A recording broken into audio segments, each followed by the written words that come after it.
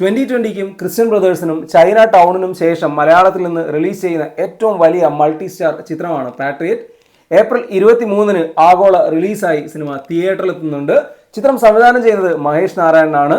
ലാലേട്ടൻ, മമ്മുക്ക, കുഞ്ചാക്കോ ബോബൻ, ഫഹദ് ഫാസിൽ, നയൻതാര തുടങ്ങിയവരാണ് പ്രധാന കഥാപാത്രങ്ങളെ അവതരിപ്പിക്കുന്നത്.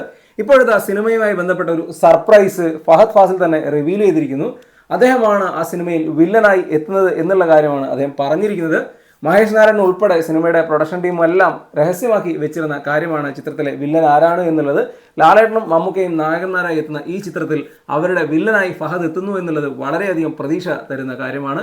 ഫഹദിന്റെ കരിയറിൽ വളരെ നിർണായകമായ ഒരു കഥാപാത്രമായിരിക്കും പാട്രിയറ്റിലേത് എന്നുള്ളത് സംശയമില്ലാത്ത കാര്യമാണ്. മഹേഷ് നാരായണൻ തന്നെ സംവിധാനം ചെയ്ത മാലിക്കിൽ ഗംഭീരമായ കഥാപാത്രമാണ് ഫഹദിന് ലഭിച്ചിരുന്നത്. ഫഹദിന്റെ മികച്ച പെർഫോമൻസും മാലിക്കിൽ ഉണ്ടായിരുന്നു. അതിനാൽ തന്നെ പാട്രിയറ്റിലും ഫഹദിന്റെ ഒരു ഗംഭീര പ്രകടനം പ്രതീക്ഷിക്കുന്നുണ്ട്.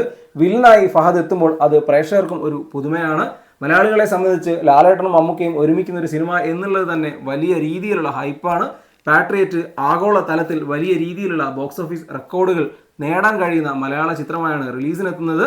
മോളിവുഡിലെ ഏറ്റവും വലിയ റിലീസുകളിൽ ഒന്നായി തന്നെ ആയിരിക്കും പാട്രിയറ്റ് തിയേറ്ററിലെത്തുക. മലയാളത്തിൽ നിന്ന് 2026-ൽ റിലീസാവുന്ന ഏറ്റവും വലിയ ബഡ്ജറ്റ് സിനിമയാണ് പാട്രിയറ്റ്. ആൻഡ്രോ ജോസഫാണ് ഈ ചിത്രം നിർമ്മിച്ചിട്ടുള്ളത്. ഫഹദിന്റെ വില്ലൻ വേഷവും ലാലേട്ടനെയും മമ്മൂക്കയുടെയും നായക വേഷവും ഒക്കെ കാണാനായുള്ള വലിയ കാത്തിരിപ്പ് പാട്രിയറ്റിലേക്കുണ്ട്.